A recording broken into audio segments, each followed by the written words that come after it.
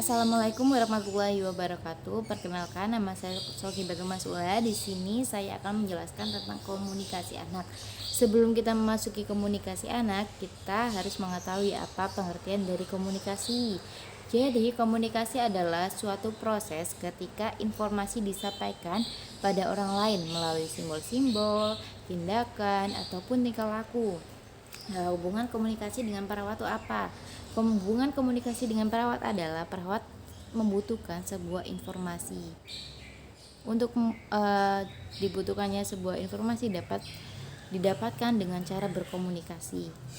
Nah, di sini kita akan membahas tentang komunikasi anak. Anak kan beda-beda usia, beda-beda tingkatan, pasti komunikasinya juga berbeda-beda. Yang pertama ada usia bayi, yaitu usia 0 sampai 1 tahun. Yang kedua ada usia toddler dan prasekolah, yaitu usia 1 sampai 2,5 tahun. Dan untuk usia prasekolah, yaitu usia 2,5 tahun sampai 5 tahun. Dan yang ketiga yaitu usia sekolah, usia 5 tahun sampai 11 tahun. Dan yang terakhir yaitu usia remaja, yaitu 11 tahun sampai 18 tahun. Oke. Yang pertama yaitu usia bayi. Bagaimana cara kita berkomunikasi dengan bayi? Jadi komunikasi kita dengan bayi bisa dilakukan dengan nonverbal. Karena apa? Bayi belum bisa berbicara. Oleh karena itu, bahasa kita yang kita gunakan adalah dengan bahasa nonverbal. Terus perkembangan pada komunikasi pada bayi dapat dimulai dengan kemampuan bayi untuk melihat sesuatu yang menarik. Ketika bayi digerakkan, maka akan berespon untuk mengeluarkan suara. Jadi seperti saat kita menyentuh bayi, pasti dia akan mengeluarkan suara seperti gitu, atau dia menangis gitu. Terus untuk mengalihkan perhatian si bayi, untuk kita berkomunikasi dengan bayi, kita harus memberikan hal-hal yang menarik karena dia berkomunikasi dengan alat indera dia seperti melihat. Dia hanya bisa melihat, mendengar. Kita memberikan dia mainan yang menimbulkan suara ataupun mainan yang ada warna-warni atau hal-hal yang menarik sehingga dia bisa tertarik. Yaitu cara berkomunikasi dengan bayi. Yang selanjutnya yaitu usia toddler dan prasekolah. Di sini anak belum mampu berbicara dengan fasih, kata-kata sederhana dan istilah familiar, memberitahu apa yang terjadi pada dirinya. Nah, untuk anak usia segini kan bahasa dia kan belum banyak, kata-kata dia yang dimengerti juga belum banyak, jadi bahasanya tuh belum fasih, terus singkat dan juga umum atau familiar. Lah, oleh karena itu kita dianjurkan untuk mengerti bahasa dia. Saat berkomunikasi dengan dia, jangan menggunakan bahasa yang tidak dia mengerti atau tidak familiar. Seperti dia mau mencurahkan isi hatinya kalau dia lapar. Kan nggak mungkin kalau dia ngomong, "Ibu, aku makan, aku pengen ini, aku pengen itu," karena dia belum mengerti bahasa sebanyak itu seperti kita. Jadi mungkin dia cuma berbicara gini, "Ibu, gitu." Contohnya seperti itu. Yang selanjutnya usia sekolah, yaitu di usia segini anak tuh udah mulai peka gitu terhadap stimulus. Anak sering bertanya, ingin penjelasan, jelaskan arti, fungsi, dan prosedur tindakan. Lah, di usia segini tuh rasa ingin tahunya tuh besar. Ya pasti anak tuh bertanya-tanya di setiap tindakan, di setiap tingkah laku, di setiap dia menyentuh apa, ini tuh buat apa, ini tuh apa, di setiap yang dia lihat gitu. Seperti ini, kita memberikan dia kita sebagai perawat, kamu mau kita beri antibody gitu. Terus gini, dia pasti bilang, antibody itu apa gitu. Lah, kita sebagai perawat harus menjelaskan artinya, fungsinya, prosedurnya dengan baik dan dengan bahasa-bahasa yang bisa dia mengerti. Jangannya tidak bisa dia mengerti atau tidak umum.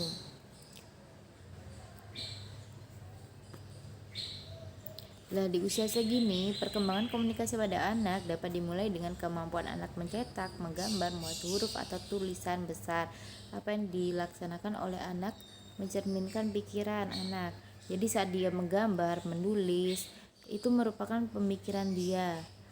Seperti dia menggambar keluarganya lagi keluarganya ada ibu bapak lagi piknik lah, itu berarti dia ingin kayak berlibur gitu, aku pengen piknik dengan keluargaku lah.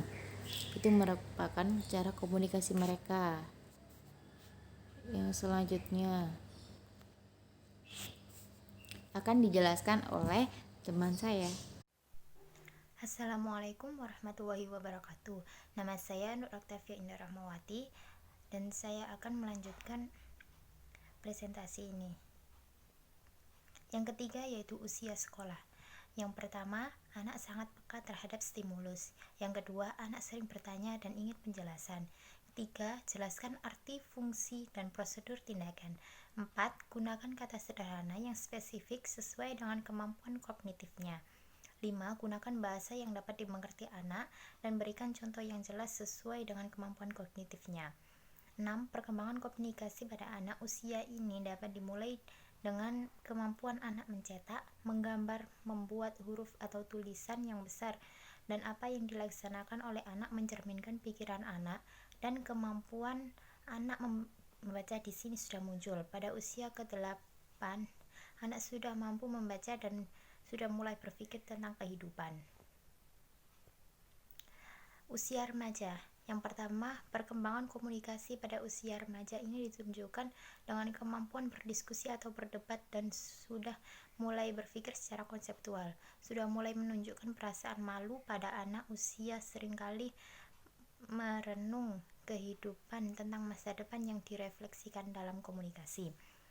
Mampu berkomunikasi dengan orang dewasa, pembendaharaan kata lebih dari 3.000 kata dikuasai dan mampu berpikir konkret. Yang ketiga, komunikasi yang dapat dilakukan pada usia ini adalah berdiskusi atau curah pendapat pada teman sebaya.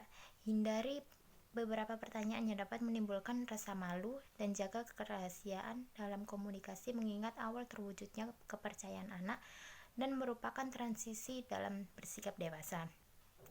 Yang keempat, apabila melakukan tindakan perawat dapat menjelaskan dengan mendemonstrasikan pada mainan anak. Cara berkomunikasi yang baik melalui orang ketiga atau orang lain. Alam menumbuhkan kepercayaan diri anak dengan menghindari secara langsung komunikasi dengan melibatkan orang tua secara langsung yang sedang berada di samping anak. Selain itu, dapat digunakan cara memberikan komentar tentang mainan, baju yang sedang dipakai, serta hal lainnya, dengan catatan tidak langsung pada pokok pembicaraan. Bercerita. Melalui cara ini, pesan yang akan disampaikan kepada anak dapat mudah diterima. Cerita yang disampaikan hendaknya sesuai dengan pesan yang akan disampaikan, yang dapat diekspresikan melalui tulisan maupun gambar. Memfasilitasi. Dalam memfasilitasi, kita harus mampu mengekspresikan perasaan dan tidak boleh dominan, tetapi anak harus diberikan respon terhadap pesan yang disampaikan melalui mendengarkan dengan penuh perhatian dan jangan merefleksikan ungkapan negatif yang menunjukkan kesan yang jelek pada anak. Terima kasih. Wassalamualaikum warahmatullahi wabarakatuh. Cara berkomunikasi dengan anak yaitu biblioterapi melalui pemberian buku atau majalah dapat digunakan untuk mengekspresikan perasaan dengan menceritakan isi buku atau majalah yang sesuai dengan pesan yang akan disampaikan kepada anak. Dan yang kedua, meminta untuk menyebutkan keinginan. Dengan meminta anak untuk menyebutkan keinginan, dapat diketahui berbagai keluhan yang dirasakan anak, dan keinginan tersebut dapat menunjukkan perasaan dan pikiran anak pada saat ini. Dan yang ketiga, penggunaan skala. Penggunaan skala atau peringkat ini digunakan dalam mengungkapkan perasaan sakit pada anak, seperti penggunaan perasaan nyeri, cemas, sedih, dan lain-lain, dengan menganjurkan anak untuk mengekspresikan perasaan sakit. Dan yang keempat, pro dan kontra, mengetahui perasaan anak dan pikiran anak, mengajukan pertanyaan hal positif dan negatif. Cara berkomunikasi dengan anak yaitu menulis. Melalui cara ini, anak akan dapat mengekspresikan dirinya baik pada keadaan sedih, marah, atau lainnya, dan biasanya banyak dilakukan pada anak yang jengkel, marah, dan diam. Cara ini dapat dilakukan apabila anak sudah memiliki kemampuan untuk menulis. Dan yang kedua, menggambar dapat digunakan untuk mengungkapkan ekspresinya. Perasaan jengkel, marah yang biasanya dapat diungkapkan melalui gambar, dan anak akan mengungkapkan perasaan apabila perawat menanyakan maksud dari gambar dan tulisannya. Dan yang ketiga yaitu bermain. Bermain alat efektif pada anak dalam membantu berkomunikasi. Melalui ini, hubungan interpersonal antara anak, perawat, dan orang di sekitarnya dapat terjalin dan pesan-pesan dapat disampaikan. Faktor-faktor yang mempengaruhi komunikasi dengan anak ada pendidikan, pengetahuan, sikap, saluran, usia tukem, status kesehatan anak, sistem sosial, dan lingkungan.